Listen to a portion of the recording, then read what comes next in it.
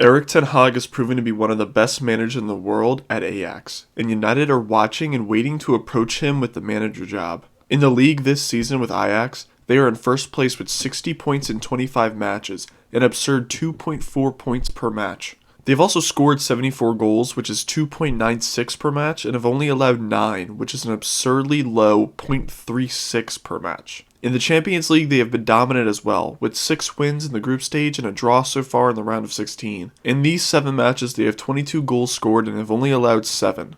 These stats are absurd, and this is why United want him.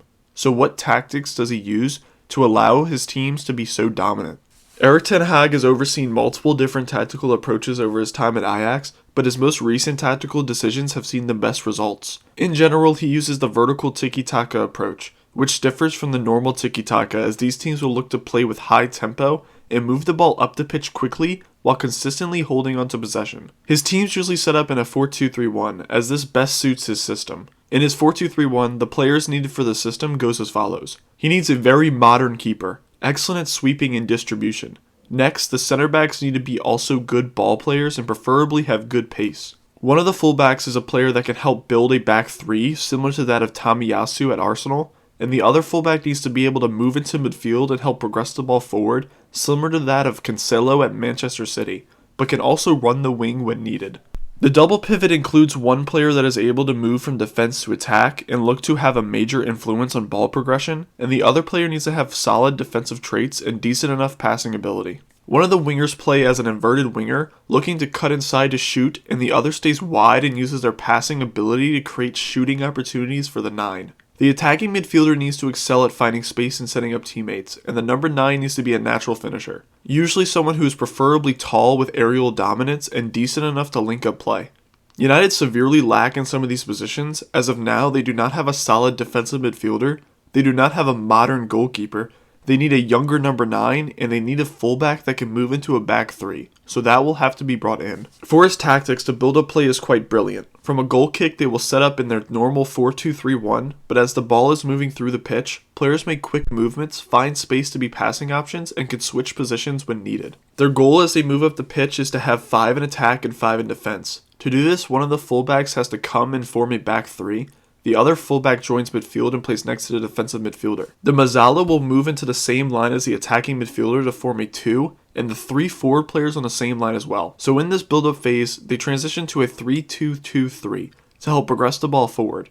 As they reach the attacking third, they will set up for the most part in a 3-2-5, although sometimes it does not always end up this way. In this attacking phase, the back 3 involves the 2 center backs and one of the fullbacks to cover from counters. The midfield involves either the fullback and defensive midfielder, or the defensive midfielder and the other central midfielder depending on the situation. This means in the front 5, one of the wingers will stay wide, and the Mazzala or the fullback will stay wide as well. The attacking midfielder and inverted winger play more inside, and the 9 plays up front.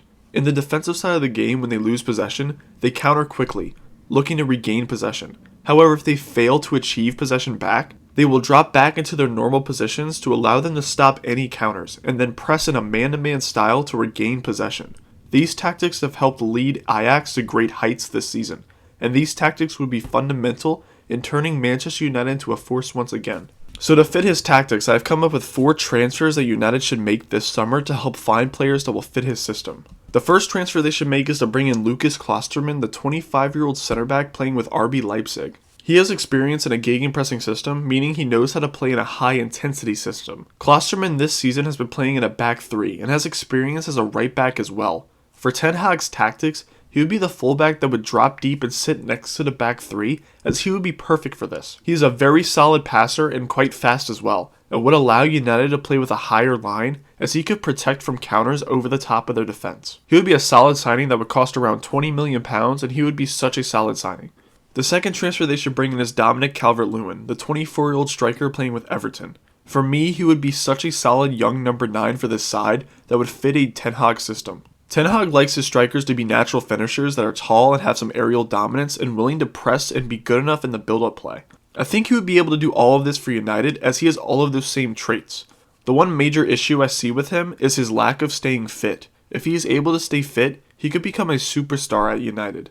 I see him costing around £40 million, but could cost much less if Everton somehow get relegated. The third transfer they should bring in is Ruben Neves, the 24-year-old defensive midfielder from Wolves. United clearly need a defensive midfielder, as that is widely known. For me, in a Ten Hag system, Ruben Neves is the best fit for this position. He is a player that is solid at defensive duties, but is also a very solid passer, and great at finding space to be a passing option. This would be perfect for United under Ten Hag, as they could use Neves to progress the ball forward as a defensive midfielder, which would make them even more dynamic. I also see him costing around £40 million to bring to United, and this would be an overall solid move. The fourth and final transfer they should bring in is Lisandro Martinez, the 24-year-old center back from Ajax. This would be a perfect signing for Ten Hag's system, as this is a player excelling in his system currently. He is a player that is an amazing ball-playing defender that is quite quick as well. This would be perfect for Ten Hag, and this signing would be a signing that would surely help seal up their defense for United. I see him costing around £40 million as well to pry away from Ajax this summer. Now, the main issue I can see with this transfer window is the lack of going for a keeper, as David De Gea nor Dean Henderson really fit the type of player that Ten Hag wants as keeper.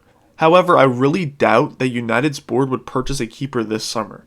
Therefore, he will have to stick with De Gea in net for now. These four signings for a total of £140 million would help United get players that will fit a Ten Hag system and allow him to implement his tactics and bring United to where they want to be. For me, the final starting 11 under Ten Hag would go as follows: De Gea as keeper, Luke Shaw as left back, Lisandro Martinez and Rafael Varane as center backs, Lukas Klostermann as right back, Ruben Neves as the defensive midfielder, Donny van de Beek as the progressive midfielder, Bruno Fernandes in the 10, Jadon Sancho as the right winger that can play more as a typical winger, Anthony Elanga as the inverted winger, and Dominic Calvert-Lewin as the main striker.